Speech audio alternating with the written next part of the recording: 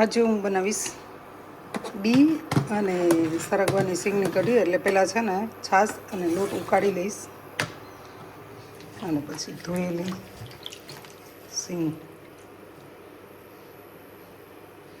પછી થોડીક વાર ઉકળવા દઈશ અને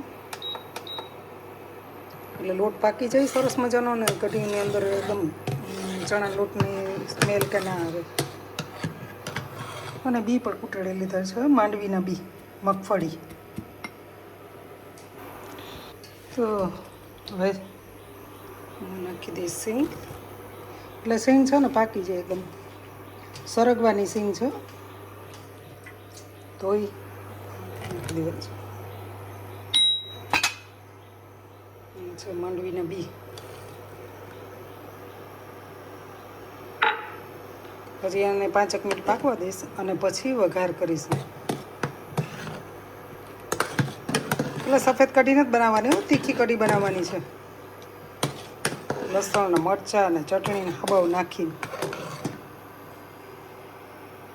તો બીજી વસ્તુ તો બધી હું ઓરા અને રોટલા છે એ આકાશિયા બિસ્કિટ ખાવા.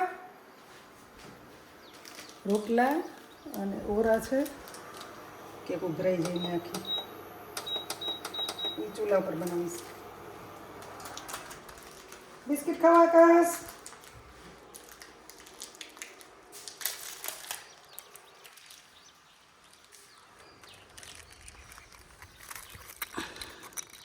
અમારા આકાશ છે એ રોટલો કે રોટલી કે કંઈ ખાતું નથી, ખાલી બિસ્કિટ. એ પણ પાર્લેજી, એના સિવાય કંઈ બિસ્કિટ ના ખાય.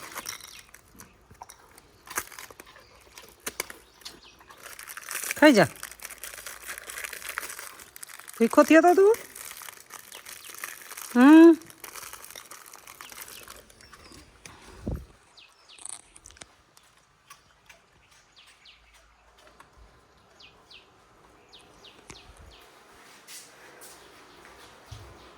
કઢી એક તરફ થોડીક ઉભરાઈ ગઈ. પાકે નહીં ને દાદુ, ઉભરાવાનું તો ચાલુ જ રહે. એટલે મારે ધ્યાન રાખવું પડે, ઉભરાય ને ક્યાંય વહી ના જાય કઢી.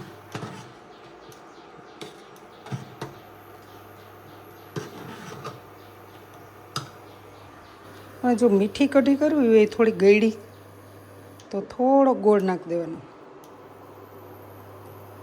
ખાટી કરવી હોય, તમને ખાટી ભાવતી હોય તો પછી ગોળ કે કંઈ નહીં નાખવાનું, ખાંડ કે ગોળ. હું તો ગોળ જ નાખું, કેમ કે કઢી ખાટી મીઠી જ સરસ લાગે. આમાં ગોળ પર પાકી જશે હમણાં. લેવીમાં ચોમા મગ લેવી, રીંગણા લેવી, બદામ લેવી, ખારી સિંગ બનાવીને લેવી, ઘરે સિંગ લેવી. વારે વાહ. સાઈનો હિયોન કેમ મૂકી આવી સાઈનો હિયોય લેવી. હા રિયો સાઈનો હિયોય લેવી. અહીં થાય એ થાય અમારી ભોજાઈ, પણ હું પછી માં જ કા પહેલેથી માં દીકરીને જીતે. હા એટલે એ હાટું થઈને આ ઓલા ખીહરના ડોહાનો કે હાથદાનનો ખીસડો દીકરી, એટલે હાથદાનનો તો ખીસડો લઈને આવી ગઈ. રીંગણા અને વાહ દીકરી હારું લેતી આવી એવું કા. એટલે અમારે છે ને વ્યવહાર એવો છે કે અહીં અમે નણંદ ભોજાઈ થાય. પોપીઓ લેવી હશે ને ભૂલાઈ ગયો. હા હા બી પોપીઓ લેવી, પોપીઓ પણ લેવી જો. હા એવડ્યો દીકરીની નહીં બધું યા થોડું પુગાડે. ઢોકળી બે જાતે આપણે બે જણી આવીએ માં આવે છે એ પણ થાય એ નણંદ ભોજાઈ. નણંદ ભોજાઈ. હા પણ અમારે માં દીકરી જ હું બને. એટલે મારે ઘરે ફોન કરવો ને તો હું એ કહા કે માં તું કામ કરે. એટલે કે મારી દીકરી કે હા માં તું આવતી રે વાડી વાડી પછી ઘરે ઘરે વાડી હા ઘરે ઘરે વાડી જા. દીકરીઓ થોડીક મારી ઊંસામાં એટલે મામી હાર લેવા આવે પણ મોડિયું આવે. પણ અહીંયા જો હારે ગા પછી છે ને દીકરી થોડીક આગિયું હાર્યું એવી રીતના ઘડી ઘડી પાસે ન આવે. માઈતરનો તો સીવ નો રહે ને. માઈતર જીવ નો રહીએ પણ તારે થોડાક દી આટો મારે જવાનો. હા એ તો ઢુકડી આવતી રહે એટલે હું આવી વાંધો નહીં. પાસે એટલે હું કઈ રાજી થઈ ને. પણ મારું કઈ ઠેકાણું છે? તારું તો ઠેકાણું ને તો ઈ જ પાસે આવી બરોબર છે પણ પાસે રહેવાની છે એ ખબર નહીં. ઈ વાત હાસી. તું તો એક દી હોય 5 દી નો હોય એટલે તારું કઈ ઠેકાણું હોય. એટલે તારે આવું ને તો ફોન કરીને આવવાનું કે મેં તું ઘેર છે તો હું કા કે હું ઘેર છે આવતી રે માં.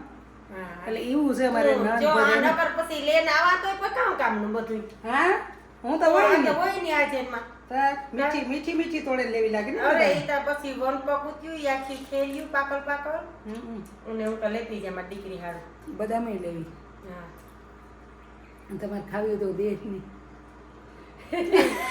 ઈ તો નો કહેવાય આપણાથી ખાવી હોય તો આવજો ના રે ને કઈ ઈ આપણે બદામ વાવે ઝાડું વાવે એમાં બદામ થાય ઈ ખાય ઈ મોડી આવે ને હું કેદો કરા મળદાર બદામ ઉદાર કોઈ ન દઉં હા એવું હે બધા માટલી હારું સ્પેશિયલ રાખવાની એટલી હાટું સરસ લે સા ઉભરાઈ જાય ને કઢી તો એક ફેર ઉભરાવે નાખી આ માર કરી હરખમાં ના રખણ હા એક ફેર ઉભરાવ નાખ્યો કે સા ને કઢી ઉભરાવે નાખી ઓહો આ સાટા હરખમાં ફાટે ગો ફાટે દૂધ ને બલે સાઈ નાખી દીધી નાખી દીધી ફાટે ગો કે ફાટે ને દવાઈ વિયો ગો બેન સા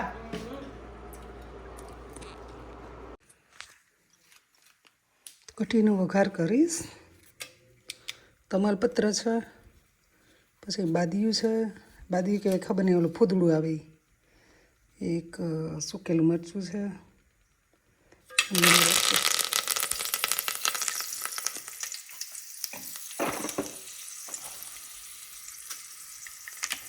પછી રાઈ જીરું મારે છે ને ફોન પકડવો પડે અને વિડીયો ઉતારવો પડે એટલા માટે થોડીક તબલ છે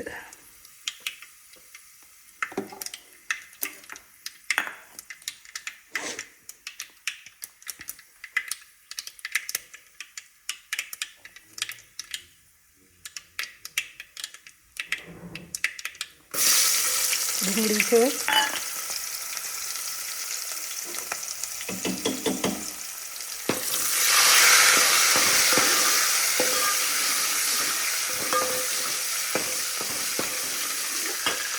તો ચટણીમાં મેં મરચાં આદુ અને લસણ લીલું લસણ સૂકેલું લસણ બધું નાખેલું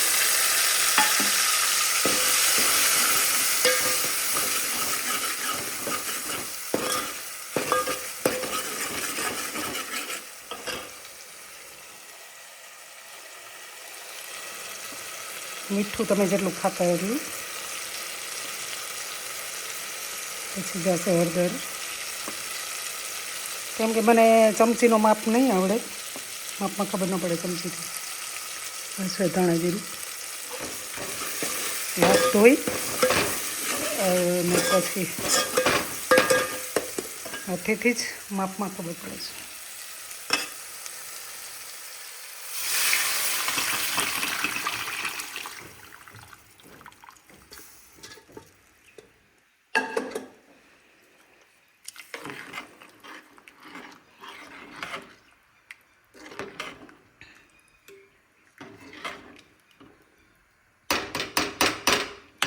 હવે થોડી વાર પાકવા દેવાની છે કેમ કે કાચી છાશ ને લોટ ને બધું પાકી ગયું હતું એટલા માટે થોડી વાર પાકવા દેવાની છે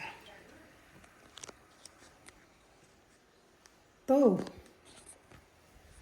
બની ગઈ છે કઢી